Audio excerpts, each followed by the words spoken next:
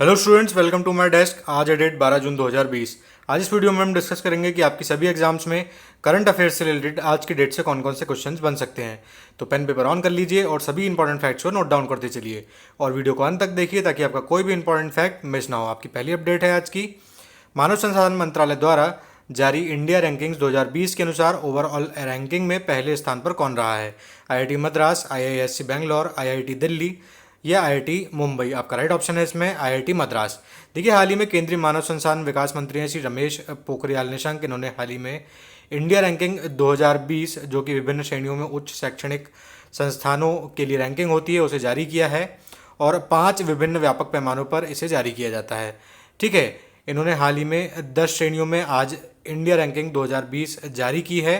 यह भारत में उच्च शैक्षणिक संस्थानों की इंडिया रैंकिंग का लगातार 5वां संस्करण है। 2020 में इस 9 रैंकिंग के अलावा डेंटल श्रेणी को इस बार पहली बार इसमें शामिल किया गया है। इस साल कुल श्रेणी या विशेष क्षेत्रों की संख्या इसमें कुल मिलाकर के 10 हो गई है।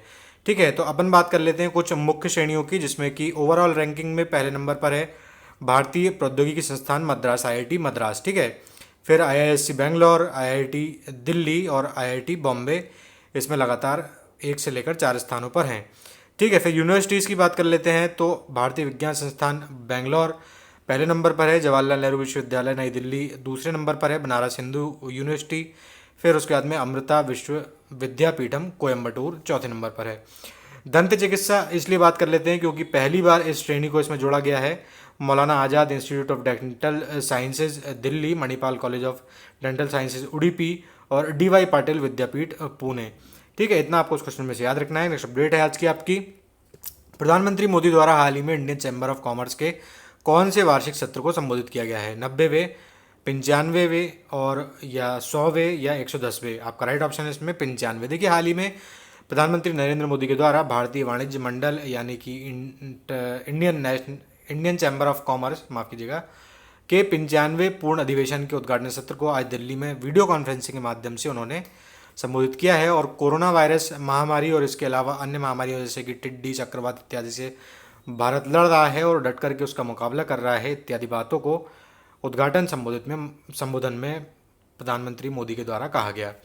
ठीक है, इतना आपको इस क्वेश्चन में से याद रखना है। नेक्स्ट अपडेट है आज की आपकी। किस राज्य सरकार ने हाल ही में एलकेजी से 5वीं तक के बच्चों की ऑनलाइन क्लासेस पर रोक लगा दी है? उत्तर प्रदेश, कर्नाटक, केरल या गुजरात? देखिए, राइट ऑप्शन है इसका कर्नाटक।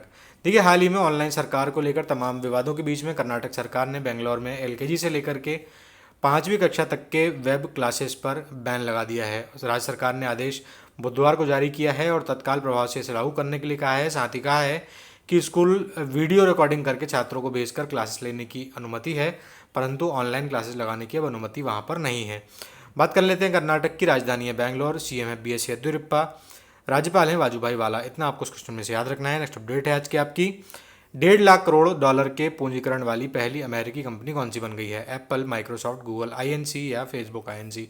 आपका राइट ऑप्शन है इसमें एप्पल। देखिए, हाल ही में एप्पल ने अपना एक 5G फ़ोन लॉन्च किया है, उसके बाद में उसके शेयर की कीमतों में बढ़ोतरी हुई है और एप्पल का मार्केट कैप जो है वो $1.5 ट्रिलियन के पार पहुंच गया है। 2018 में एप्पल अमेरिका की पहली $1 ट्रिलियन वाली कंपनी भी बनी थी। बात कर लेते हैं एप्पल की। इसकी स्थापना हुई थी 1976 में 1 अप्रैल को। फाउंडर्स हैं स्टीव जॉब्स, स्टीव वोजनाइक और रोनाल्ड वेन। ठीक है, हेडक्वार्टर है इसका कैलिफोर्निया यूएस में। इतना आपको इस क्वेश्चन में से याद रखना है। नेक्स्ट अपडेट है आज की आपकी। यूनिफॉर्म सैनिटाइज करने वाले चैम्बर जर्मी क्लीन का निर्माण किसने किया है? IIT Madras, IIT Delhi, CSIR या डीआरडीओ? आपका राइट ऑप्शन है इसमें डीआरडीओ। देखिए, डीआरडीओ ने हाल ही में फुल फॉर्म होती है रक्षा अनुसंधान एवं विकास संगठन हिंदी में, इंग्लिश में defence research and development organisation. इन्होंने हाल ही में दिल्ली पुलिस की मांग पर सुरक्षा बलों की यूनिफॉर्म, डंडे, हेलमेट इत्यादि को सैनिटाइज करने के लिए एक जर्मी क्लीन नामक चैम्बर बनाया है। नीचे आप फोटो में उसे देख सकते हैं और यह चैम्बर 15 मिनट में लगभग 25 जोड़ी यूनिफॉर्म सैनिटाइज करने में सक्षम है। ठीक है, इसे हाल ही में दिल्ली के एक पुलिस स्टेशन पर लगाया गया है। बात कर लेते हैं डीआरडीओ की। फुल फॉर्म अपन बात कर चुके हैं, defence research and development organisation. स्थापना हुई थी 1958 में। हेडक्वार्टर है नई दिल्ली में। मोटो है बलस्य मूलम विज्ञानम, यानी कि strength origin is science. Executive हैं, एजेंसी एग्जीक्यूटिव हैं डॉक्टर जी सतीश रेड्डी जो कि चेयरमैन हैं, और पेरेंट एजेंसी है इसकी मिनिस्ट्री ऑफ डिफेंस, जिसके मिनिस्टर हैं वर्तमान में राजनाथ सिंह। इतना आपको उस क्वेश्चन में से याद रखना है। नेक्स्ट अपडेट है आज की आपकी। ईरान में फंसे भारतीयों को लेकर कौन सा युद्धपोत हाल ही में भारत पहुंचा है? INS Kesari, INS Kalinga, INS Chakra या आईएनएस शार्दुल? देखिए राइट ऑप्शन है इसमें आपका आईएनएस शार्दुल। देखिए ईरान में फंसे 223 माफ कीजिएगा 233 भारतीयों को लेकर के नौसेना का युद्धपोत है आईएनएस शार्दुल हाल ही में गुजरात में पहुंचा है। ठीक है, नौसेना के युद्धपोत से उतरने के बाद लोगों ने राहत की सांस ली है और यह युद्धपोत जो है 1650 किलोमीटर की दूरी 68 घंटे में पूरी करके 8 जून को ईरान के बंदर अब्बास बंदरगाह से रवाना हुआ था और अब भारत पहुंचा है।